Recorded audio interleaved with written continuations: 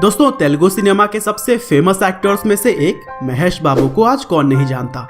दरअसल महेश बाबू ही वह एक्टर हैं जिन्होंने साउथ सिनेमा को पूरे भारत में फेमस किया। हालांकि फिल्मी दुनिया से जुड़े होने के बावजूद उन्होंने सफलता अपने खुद के मेहनत पर हासिल की और किस तरह से बाल कलाकार से शुरुआत करने के बाद वह साउथ सिनेमा के सबसे पसंदीदा एक्टर बने, आज के इस वीडियो में हम पूरी कहानी जानेंगे। तो दोस्तों, इस कहानी की शुरुआत होती है 9 अगस्त 1975 से, जब महेश बाबू का जन्म तमिलनाडु के चेन्नई शहर में हुआ था। उनके पिता का नाम कृष्णा है, जो कि खुद भी तेलुगु सिनेमा के एक जाने माने एक्टर थे और उन्होंने भी 350 से भी ज्यादा तेलुगु फिल्मों में एक्टिंग की है। और दोस्तों, अपने पिता को ही देखकर महेश बाबू के मन में भी शुरू से ही एक्टिंग का शौक पैदा हो गया।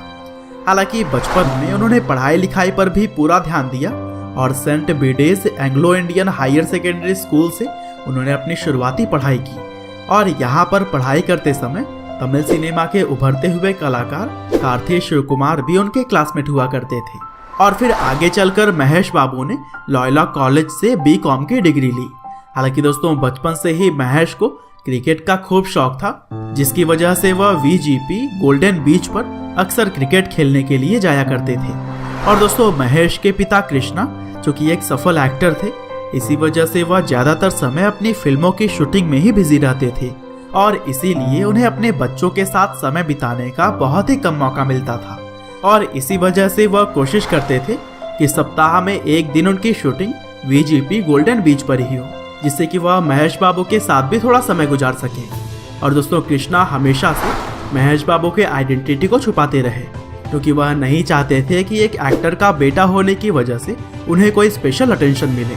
और फिर एक बार अपनी पढ़ाई पूरी कर लेने के बाद से महेश बाबू L सत्यानंदन नाम के एक डायरेक्टर से मिले और फिर उन्होंने सत्यानंदन के ही एक्टिंग इंस्टीट्यूट से एक्टिंग सीखी।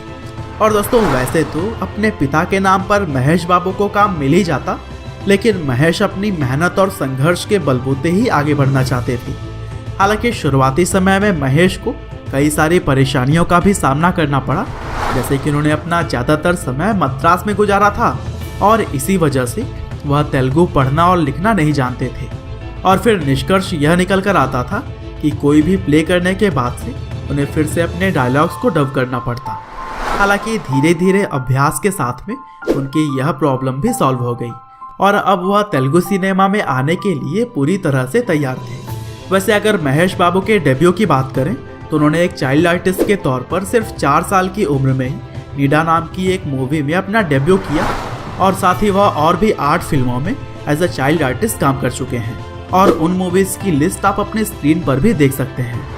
हालांकि एक लीड एक्टर के तौर पर महेश बाबू ने काम शुरू किया 1999 से, जब उन्होंने राजा कुमारोदू नाम की मूवी में काम किया था। और दोस्तों, महेश बाबू की पहली ही फिल्म लोगों के बीच में खूब पसंद की गई और फिर नतीजा यह हुआ कि Mahesh Babu Nandi award for best male debut से सम्मानित किए गए। हालांकि दोस्तों, किसी को भी सफलता इतनी आसानी से थोड़ी मिलती है। राजा कुमारोदू मूवी के बाद से महेश बाबू की काफी सारी मूवीज फ्लॉप होती रही और उनका करियर भी अब असफल होता हुआ दिखाई दे रहा था। लेकिन दोस्तों, 2003 की फिल्म ओकाडो से महेश बाबू ने वापसी की और यह फिल्म साल की सबसे बड़ी हिट साबित हुई। और फिर महेश बाबू इस फिल्म के लिए film fair award for best actor Telugu चुने गए। और फिर आगे चलकर समय के साथ महेश बाबू ने और भी बहुत सारे फिल्मों में काम किया और उनकी फिल्मों की लिस्ट आप अपनी स्क्रीन पर भी देख सकते हैं। वहीं अगर हम बात करें महेश बाबू के पर्सनल लाइफ की, तो उन्होंने नम्रता सिरोडकर नाम की एक्ट्रेस से शादी की। दरअसल महेश बाबू नम्रता से 2002 में ऑस्ट्रेलिया में शूट की जा रही फिल्म बांसी में मिले थे और फिर दोस्ती के बाद प्यार होने के साथ ही 10 फरवरी 2005 को दोनों ने शादी कर ली। हालांकि महेश को अपने माता पिता को मनाने में थोड़ी देर लगी थी, लेकिन आखिरकार वह मान गए थे। और दोस्तों, नम्रता से महेश को 2 बच्चे भी हैं, जिनमें लड़के का नाम गौतम कृष्णा और लड़की का नाम सितारा कृष्णा है। उम्मीद करते हैं कि महेश बाबू की यह कहानी आपको जरूर ही पसंद आई होगी।